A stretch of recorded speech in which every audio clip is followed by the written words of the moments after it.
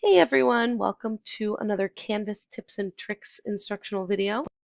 Today we're going to cover how to review and update your course end date and time. So it's really important that you know how to check these and how to update them if necessary, because sometimes our courses close a little bit earlier than we expected based on the data that comes from PAWS. So let's walk through this. Here I am in my Canvas course. So the way that I check my end date and time is by going to my course settings. So you'll see settings over here in the left menu. And if you scroll down just a little bit, you'll see there's the term and there's a start date and an end date. It should look something like this. If you would like to override the standard term end date, which is going to be in line with the academic calendar, then you can give a few more days here. So whatever date you would like, let's say Sunday the 31st, 12 a.m., that's fine. And you'll want to check mark this icon right here. This checkbox is what overrides the standard term end date. So make sure that you do it here and then click the update course details icon at the bottom to save. And the next thing you'll need to double check is your section end date and time. So we'll click on the sections tab up here at the top, then click your blue section number and look to see if you have additional dates here.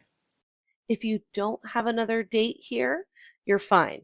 If you do have another date here, like this one, then you'll need to click on Edit Section, remove that date, uncheck this box, and click Update Section. Once you do this, you may need to refresh your page because it looks like it didn't save, but it did. You may need to refresh your page, and now it's refreshed. You can remove the beginning date and the end date. That's probably a better practice.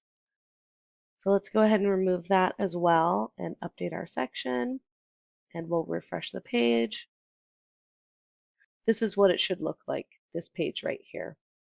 Now we know in our course settings, back in our course details,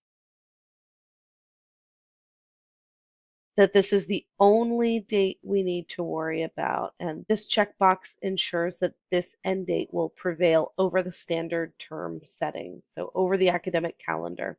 This is the big one that you want to worry about. Make sure that you remove any section dates if they are present.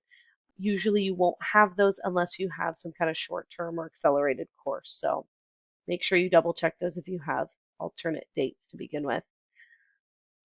Update the course details. And now you're good to go. For more guides and tutorials, go to hartnell.edu/pdc. Thanks for watching.